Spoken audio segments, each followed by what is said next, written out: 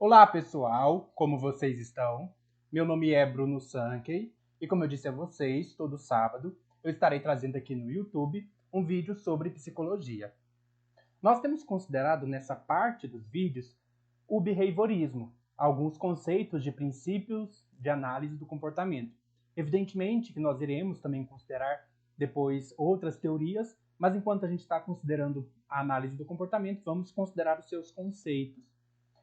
Eu já peço para você deixar aí o seu like no vídeo, se inscrever no canal caso você não seja inscrito e ative o sininho a fim de que você possa receber novas notificações e ficar sabendo quando um novo vídeo for postado ou lançado aqui no canal, a fim de que você possa acompanhar tanto essa série de psicologia quanto outros vídeos que eu disponibilizo aqui. Nós temos considerado o comportamento operante e temos visto que esse comportamento ele é regulado pelas suas consequências. Quando uma consequência aumenta a probabilidade de um comportamento acontecer, nós a chamamos de consequência reforçadora. Quando esse reforçador se dá pelo acréscimo de um estímulo, nós chamamos de reforço positivo.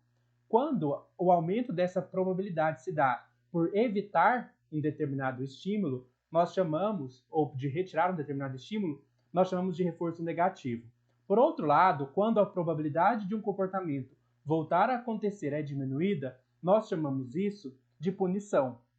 Quando essa punição se dá pelo acréscimo de um estímulo, nós chamamos de punição positiva. Quando essa punição se dá pela retirada de um estímulo, nós a chamamos de punição negativa. No entanto, não é suficiente para analisar o comportamento operante estar atento às suas consequências. Também é preciso considerar o contexto no qual esse comportamento acontece. Nós vimos então duas contingências. Nós vimos o comportamento e suas consequências. É necessário que agora nós introduzamos uma terceira contingência. E essa contingência é o que nós chamamos de contexto. O ambiente, ele exerce controle sobre o comportamento. Isso significa que ele altera a probabilidade de ocorrência do comportamento. Nós usamos o termo controle de estímulos para nos referir à influência dos estímulos antecedentes sobre o comportamento, isto é, o efeito que o contexto tem sobre o comportamento.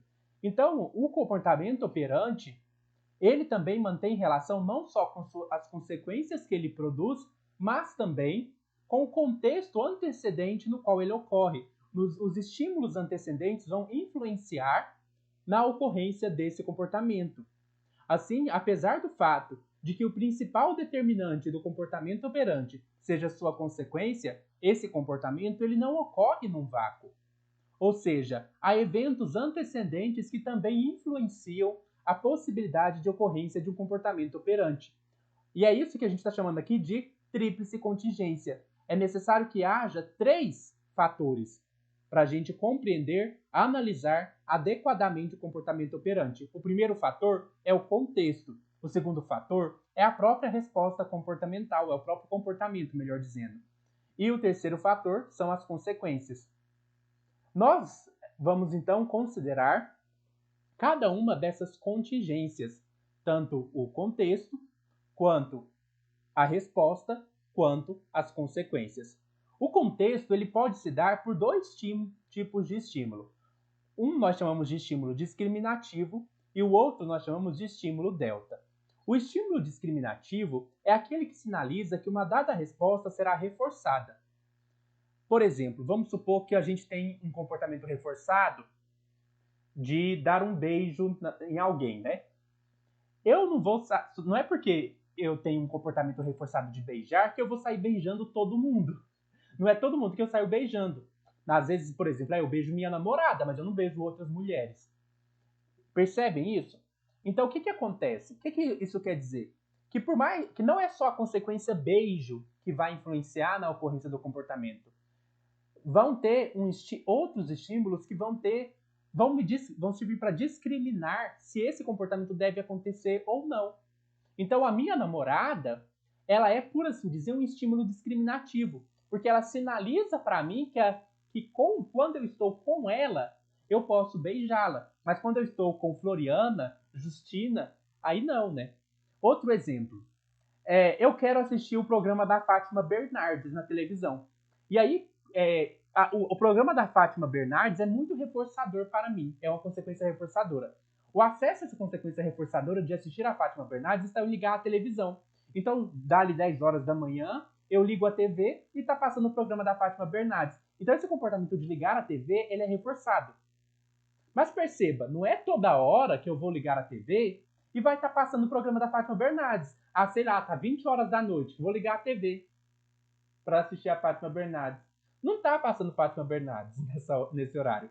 Então, o fato do relógio mostrar para mim que são 10 horas da manhã é um estímulo que sinaliza para mim que se eu ligar a TV, eu vou receber o reforço que eu espero. E isso, então, que é o estímulo discriminativo.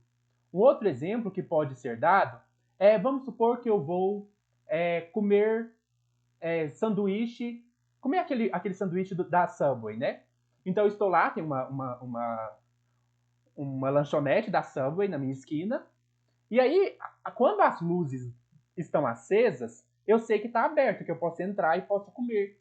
Mas quando as luzes estão apagadas, né, as luzes do escrito Subway estão apagadas, eu sei que não tem como eu ir lá comer. Então perceba, isso é um sinal. As luzes acesas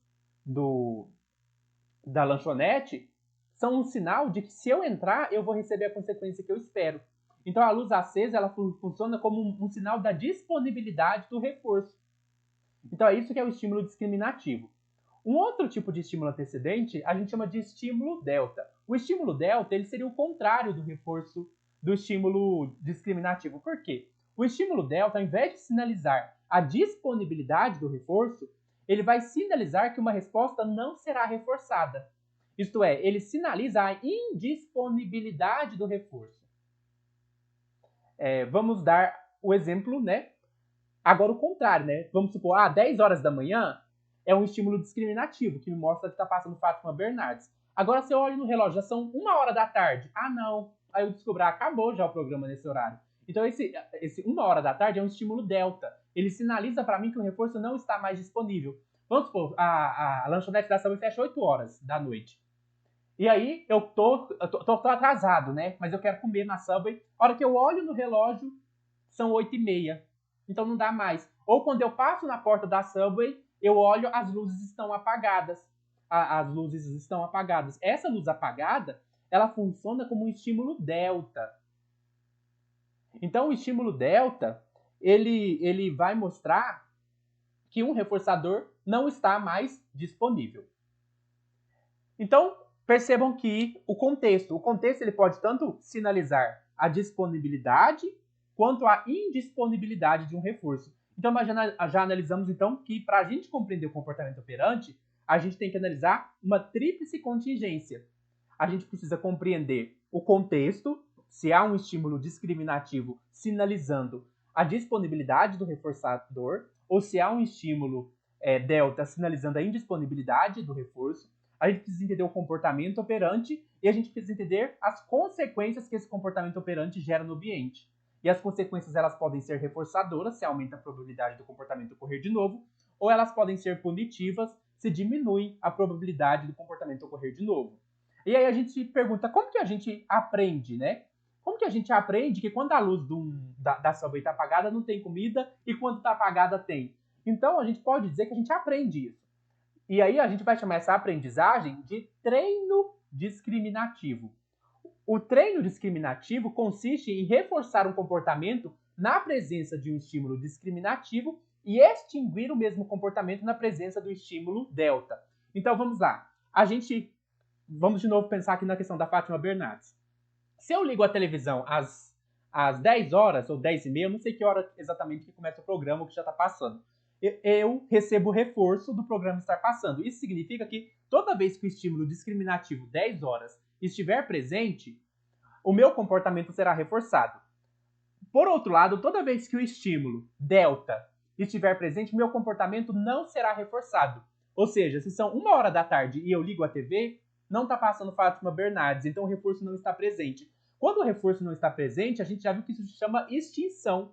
O nosso comportamento ele vai se extinguindo. Por quê? Eu liguei a TV a 1 hora, não tá passando Fátima Bernardes. Então eu descobri que toda vez que eu ligar a TV a 1 hora da tarde, não tá passando. Então esse comportamento ele vai ser extinguido, ele vai parar de acontecer. Por outro lado, quando eu ligo a TV às 11 horas e tá passando Fátima Bernardes, meu comportamento ele vai ser reforçado, então ele vai tender a acontecer de novo. Esse treino a gente chama de reforço diferencial, reforçamento diferencial, porque é diferente no horário quando está o estímulo discriminativo, está passando Fátima Bernardes, no outro horário, quando está o estímulo delta, não está passando o programa da Fátima Bernardes. Então é um treinamento por reforçamento diferencial. Por fim, é importante a gente dizer que os estímulos discriminativos, eles não iniciam resposta. O que é iniciar? É produzir. O estímulo discriminativo ele não produz a resposta. Não é o estímulo discriminativo que causa a resposta. O que o estímulo discriminativo faz é sinalizar o contexto, sinalizar se o reforço está disponível ou se ele não está. Então, quando há referência a um comportamento operante, e a gente vai falar dos estímulos discriminativos, nós não podemos falar que esses estímulos eliciam as respostas, que eles provocam a resposta. O que acontece é que o comportamento operante discriminado ele vai acontecer num contexto. Então, o estímulo discriminativo ele fornece uma ocasião, ele fornece um contexto para que a resposta ocorra. Eu espero que vocês tenham gostado desse vídeo. No próximo vídeo nós estaremos continuando e provavelmente iremos falar sobre generalização de estímulo operante. Deixe aí o seu like, se inscreva no canal caso você não seja inscrito, ative as notificações para continuar acompanhando os novos vídeos. E até mais!